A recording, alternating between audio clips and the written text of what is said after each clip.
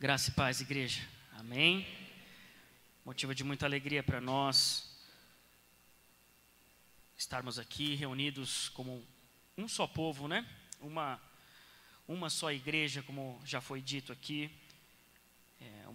Trago um abraço da Igreja Palavra Viva.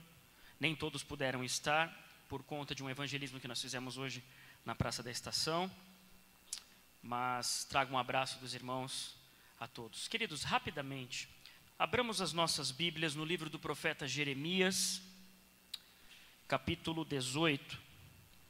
Nós vamos ler do verso 1 até o verso 10.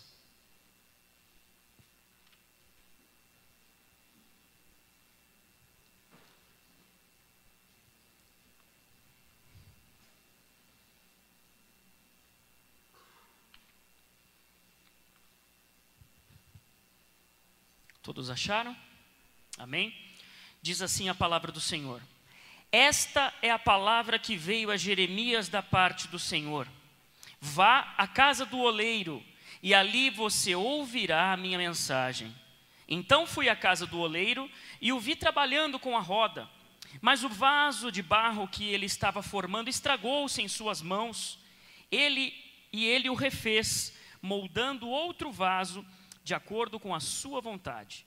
Então o Senhor dirigiu-me a palavra: ó comunidade de Israel, será que eu não posso agir com vocês como fez o oleiro? Pergunta o Senhor. Como barro nas mãos do oleiro, assim são vocês nas minhas mãos, ó comunidade de Israel.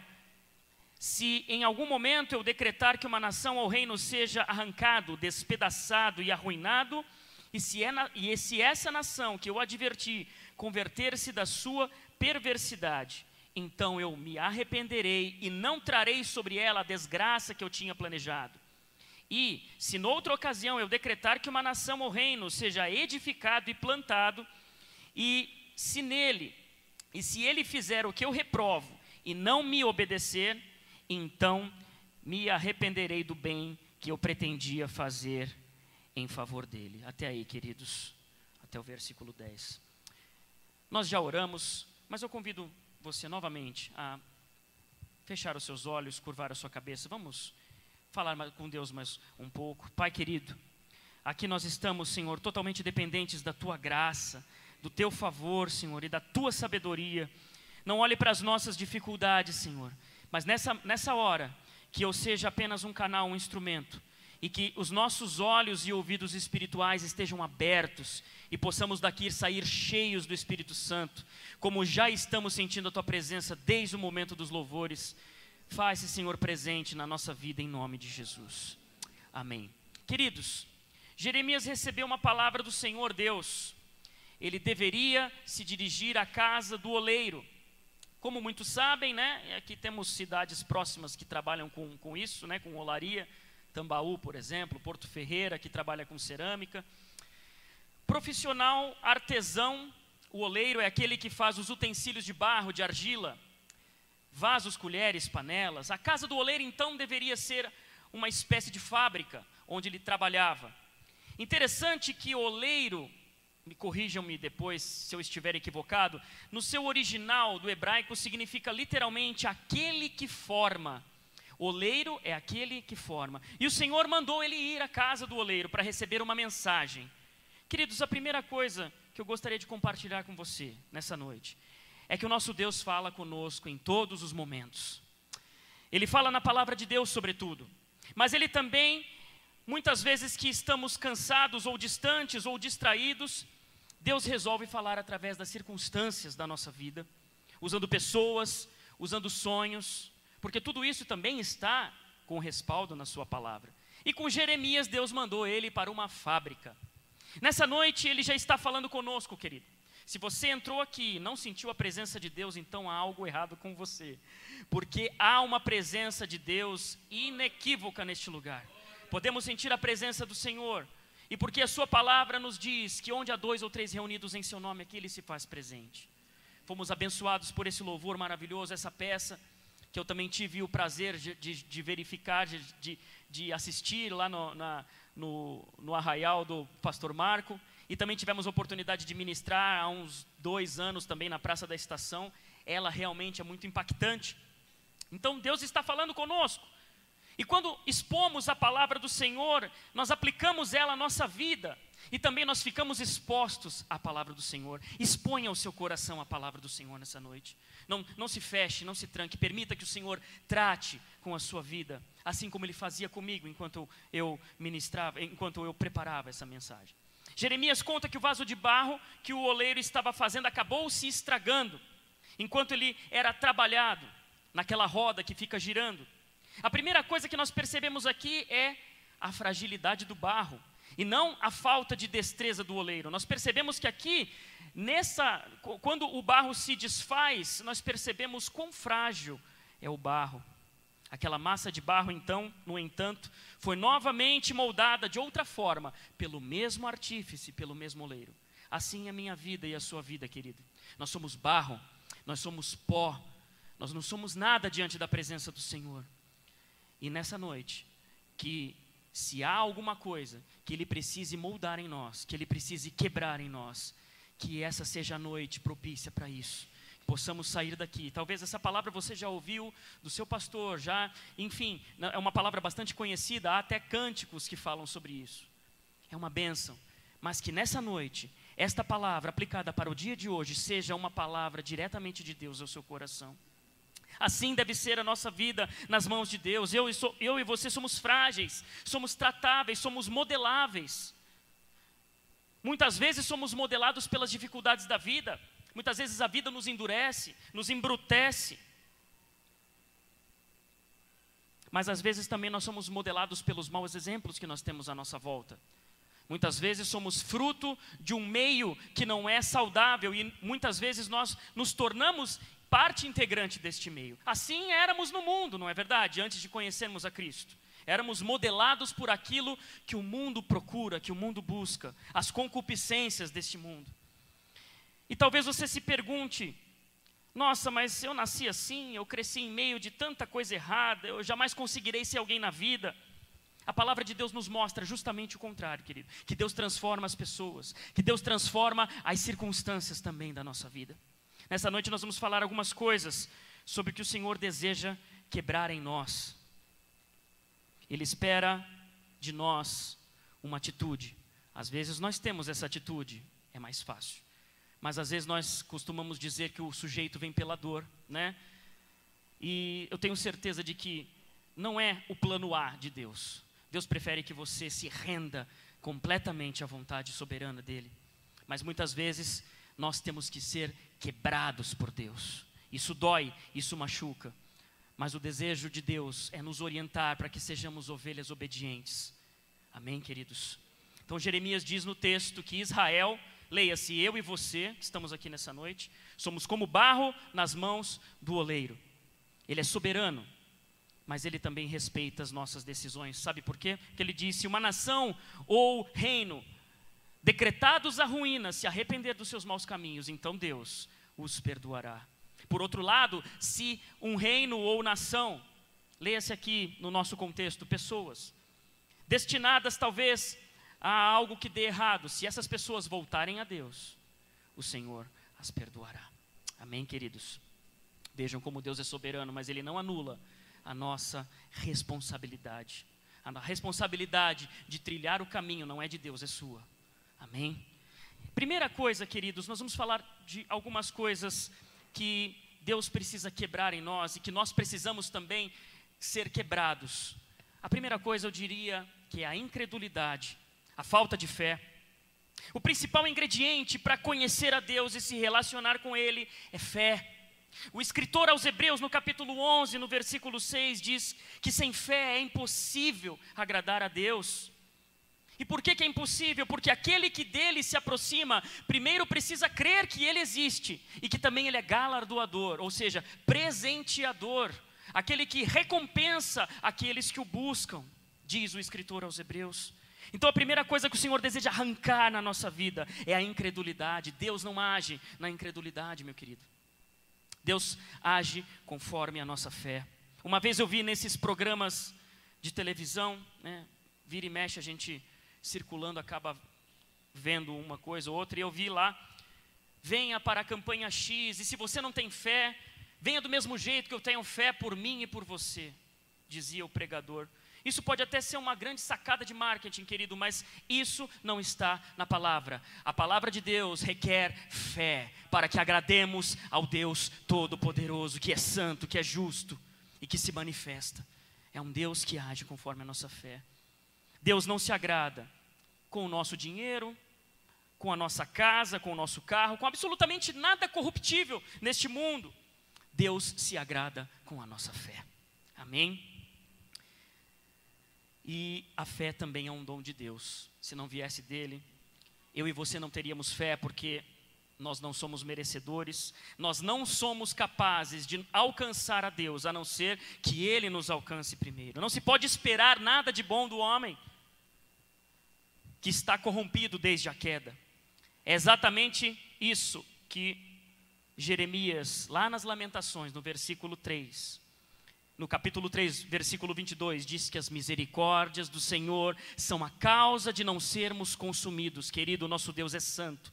A sua ira consumiria o nosso pecado em fração de segundos, se não fosse a graça dele, de fazer-nos seguir este caminho e depositar em nós a fé, para que nós correspondamos a ele, na medida que ele merece.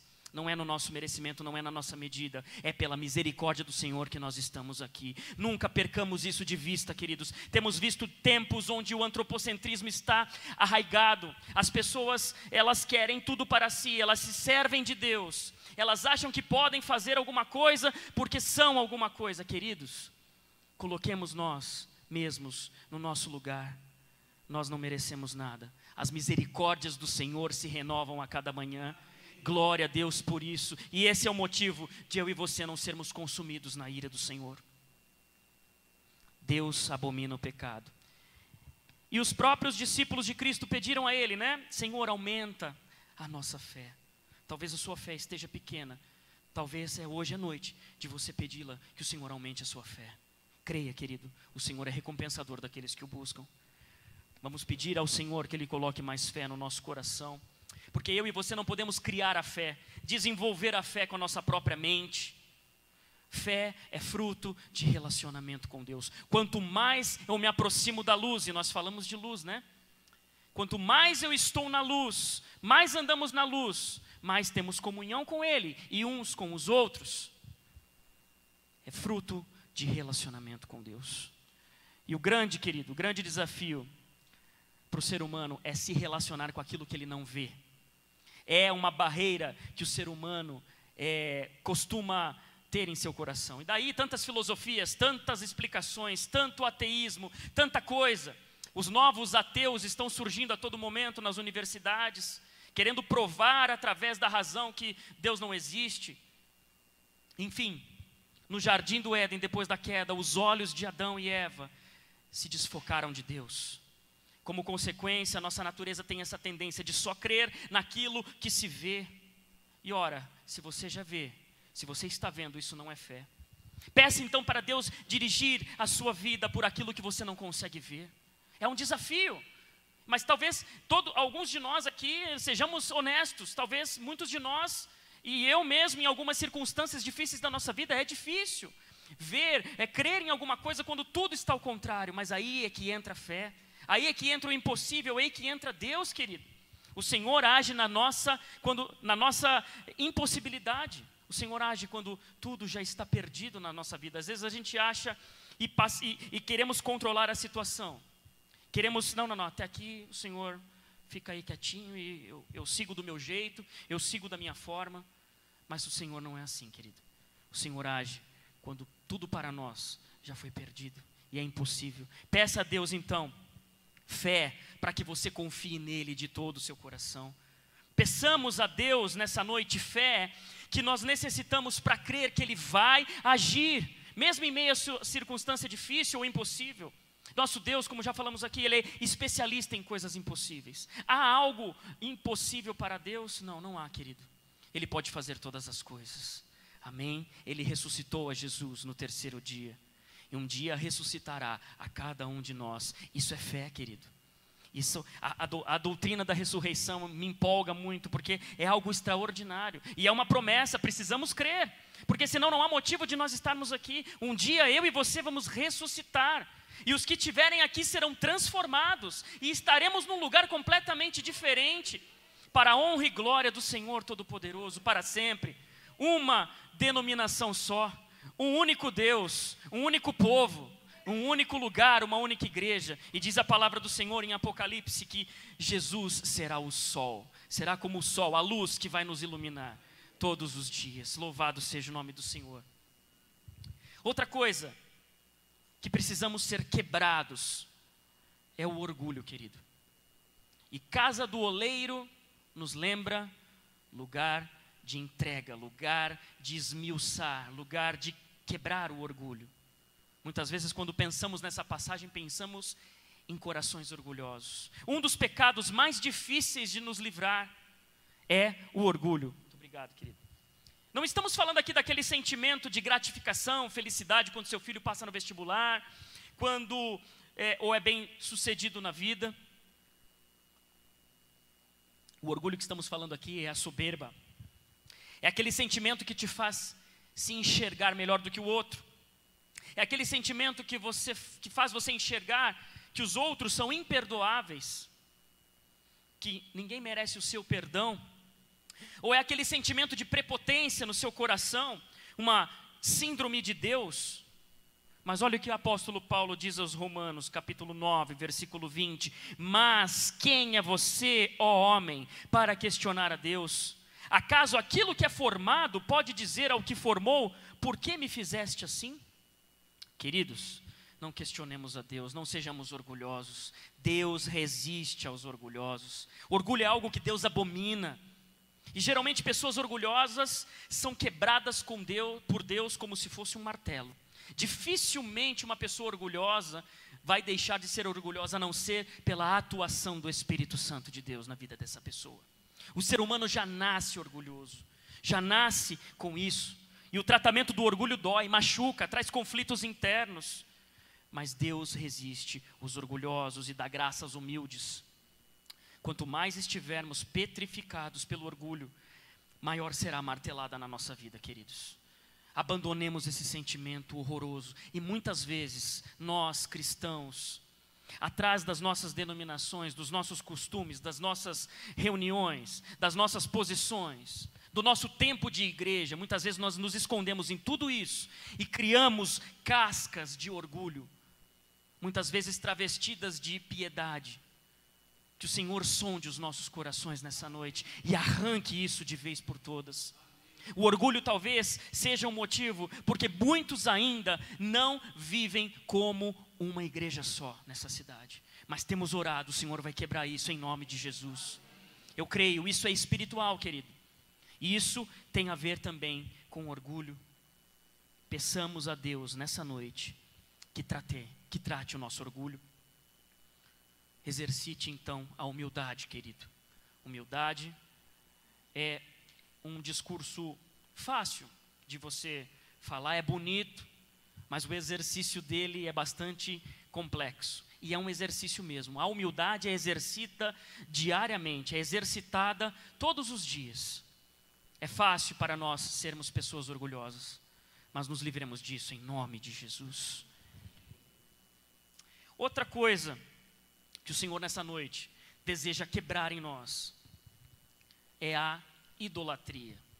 Nossa, pastor, mas eu sou crente, eu não idolatro, nós temos um único Deus, né? Nós cremos em Jesus, nenhum outro Deus, nenhuma outra deusa ou qualquer outra força.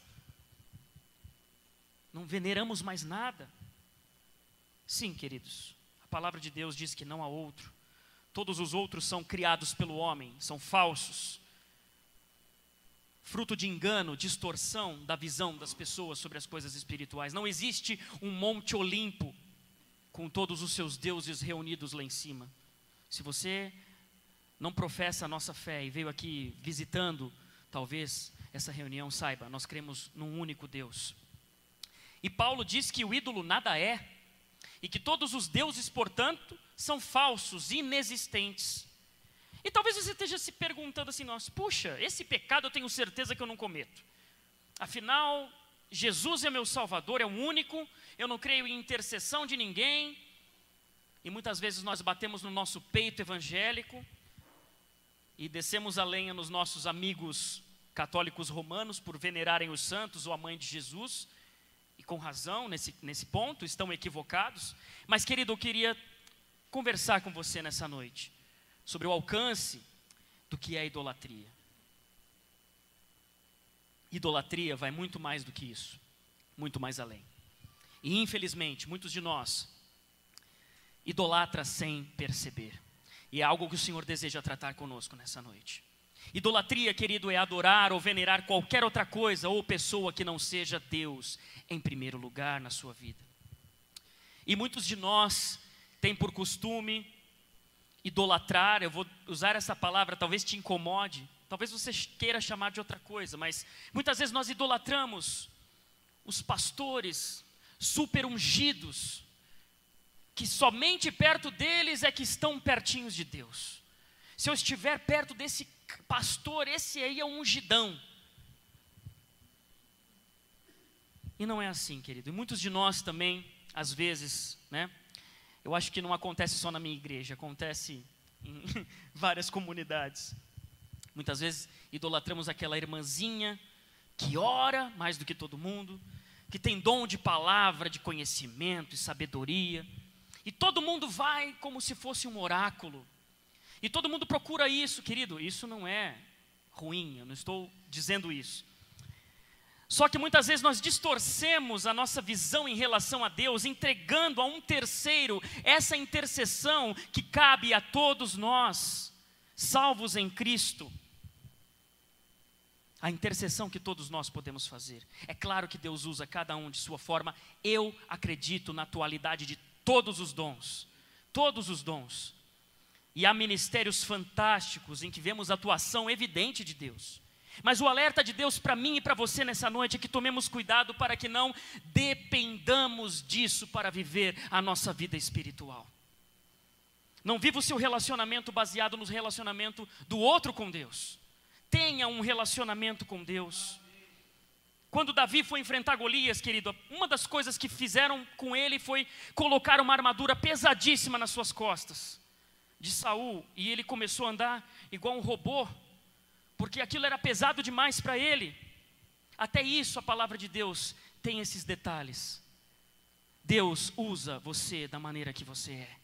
Seja um instrumento nas mãos de Deus. Não viva da unção do outro. Não viva da presença de Deus no outro, querido. Seja um instrumento de Deus.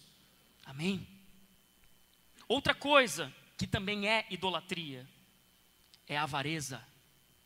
Ser avarento é poder ajudar e não fazer isso.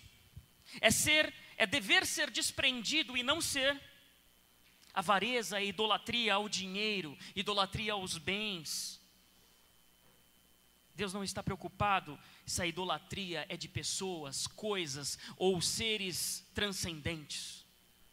Idolatria é pecado de qualquer forma. Amém, queridos? Amém. Precisa ser abandonada, precisa ser perdoada por Deus. Outra coisa que também é idolatria é a ganância. Ser ganancioso é não ser grato por aquilo que você tem e querer a todo custo ter mais e mais e mais. É óbvio que o desejo de prosperar, que deve estar em cada um, até pelo fato de não nos acomodarmos com a nossa situação, né? Ainda mais em tempos de crise que vivemos, é claro, todos querem o seu lugar ao sol, todos querem viver tempos melhores, amém? Isso é válido, isso é justo, isso é bom. Mas prosperar na vida não é ganância.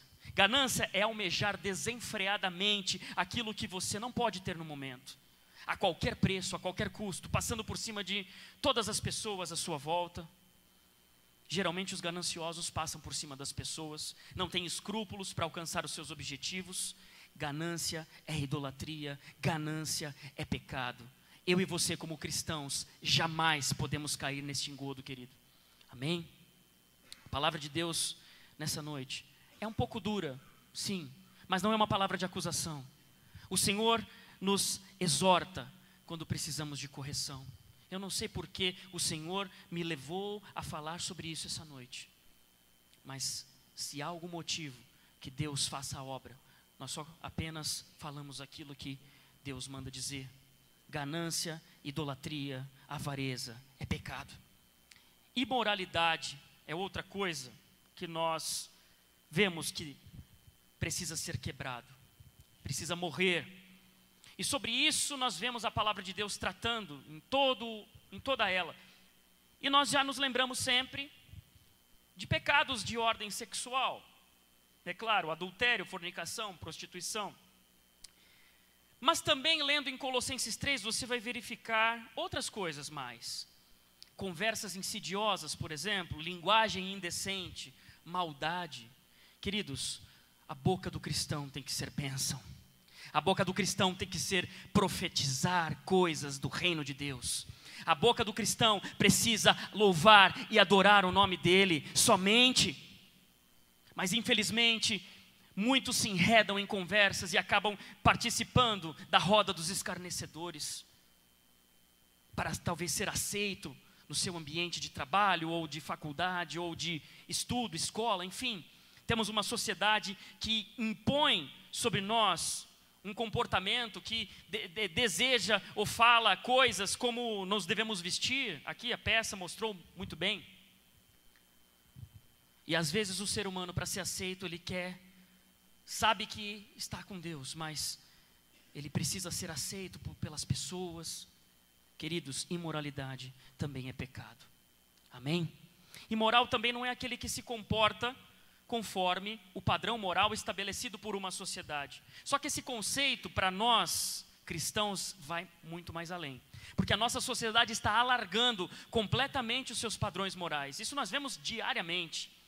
Na televisão, nos filmes, nas novelas, nas leis. As leis estão alargando o conceito de família. As leis estão tratando coisas que no início do século XX eram absurdamente imorais. Hoje é normal. Só que é normal para essa sociedade corrompida. Eu e você, Deus diz a sua palavra, que eu e você, como cristãos professos, como cristãos praticantes da palavra do Senhor, jamais sejamos seduzidos por esses subterfúgios. Amém, queridos? Que possamos nos livrar de toda imoralidade, em nome de Jesus. Por fim, queridos, creio que algo que precisamos quebrar na casa do oleiro é a instabilidade espiritual. O que seria isso? O Senhor nessa noite nos exorta a sermos firmes e constantes. É certo que nós pecamos todos os dias. Não há ser humano que passe um dia sem pecar. Mas é certo também que o Senhor perdoa sempre que nós nos arrependemos. Mas, querido, o crente espiritualmente instável é aquele que hoje está firme com Deus, vai em todas as programações, vai na vigília, vai nos cultos, tem culto de quinta, de terça, de células, de grupo familiar, grupo caseiro e reunião dos jovens, canta, louva, profetiza, mas amanhã acordou, segunda-feira, bum, parece que já está na antessala do inferno. Amanhã já cai de cabeça no pecado, no vício, e amanhã depois volta novamente naquela toada, e confunde muito religiosidade com vida com Deus, talvez, e assim vive nessa montanha russa. O Senhor não tem prazer naquele que retrocede, diz a palavra do Senhor. Querido, viva intensamente a presença de Deus. Tenha em mente que nada vai substituir a glória de Deus na sua vida. Não desista, não pare, não retroceda. Vamos seguir juntos para o alvo. Temos uns aos outros. Você na sua comunidade, você tem pessoas que talvez sejam mais experientes que você. Talvez tenham uma vida com Deus mais profícua. Ande com essas pessoas. Seja influenciada por elas.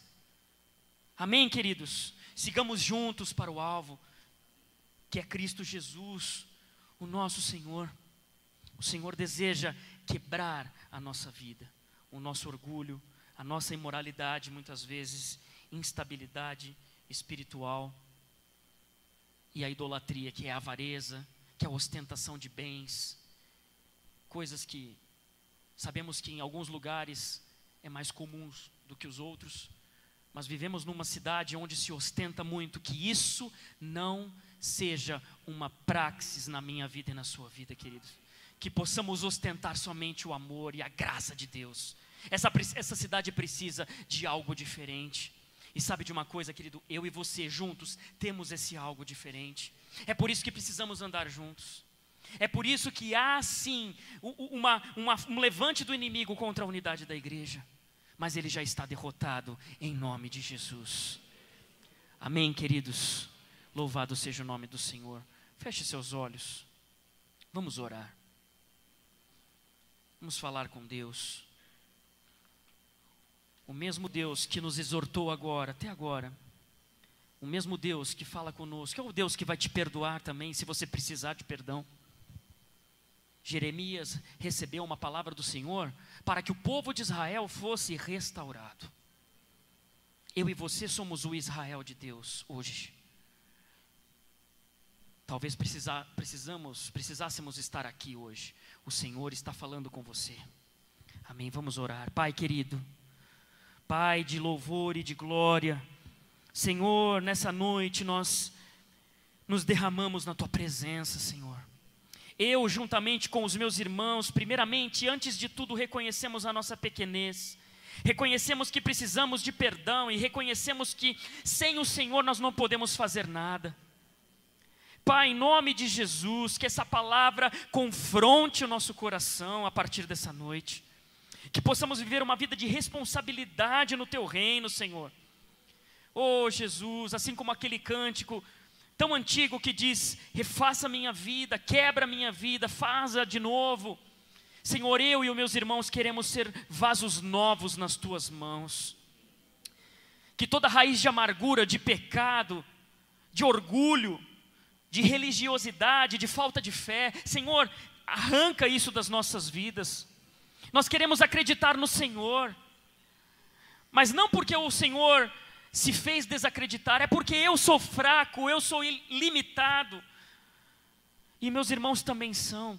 Pai, em nome de Jesus, que nada nem ninguém atrapalhe o nosso relacionamento com o Senhor, que as circunstâncias sirvam para nos aproximarmos mais do Senhor. Oh Jesus querido, queremos estar na Tua luz, queremos, Senhor, ter comunhão uns com os outros e com o Senhor. Pai, transforma a nossa vida, usa as nossas vidas, quebra as nossas vidas, refaz aquilo que precisa ser refeito, perdoa, Senhor, o pecado que precisa ser perdoado. Nós como igreja confessamos as nossas falhas nesta noite e pedimos que o Senhor nos perdoe. Muitas vezes não fazemos a Sua vontade, muitas vezes queremos a nossa vontade, o nosso jeito. Senhor, nos perdoe. Oh Jesus, obrigado pelas Tuas misericórdias, elas não têm fim. Se não fosse ela, Senhor, estaríamos perdidos. Obrigado, Senhor, pela oportunidade que temos de ouvir essa palavra. Obrigado, Senhor, porque o Senhor já está falando aos nossos corações. Nos encoraja a viver uma vida diferente. Nos encoraja a ser uma igreja relevante, Senhor. Uma igreja que se preocupa com o mundo que está perdido aí em volta. Não nos deixe olhar somente para os nossos umbigos, Senhor. As nossas cadeiras são confortáveis, Pai, mas há pessoas morrendo sem Cristo lá fora. Nos encoraja, Senhor, nos dá sabedoria, nos dá criatividade, unção do Espírito Santo para fazer a Tua obra. Em nome de Jesus, não queremos perder tempo, Senhor. Queremos que o Senhor venha buscar uma igreja imaculada, como virá buscar, mas também repleta de pessoas, de novos irmãos que vão sendo ganhos aqui pela evangelização. Usa as nossas vidas, as nossas igrejas, todas as nossas estruturas sejam direcionadas e os nossos esforços sejam direcionados em ganhar almas para o Teu reino, Senhor. Obrigado, Senhor, é um prazer enorme estar aqui nessa noite, ministrando a Tua palavra. Não há prazer maior do que estar na Tua casa, Senhor. Obrigado, Jesus, mais uma vez. Amém e amém. Querido, Deus abençoe, em nome de Jesus. Amém. Pastor Sérgio.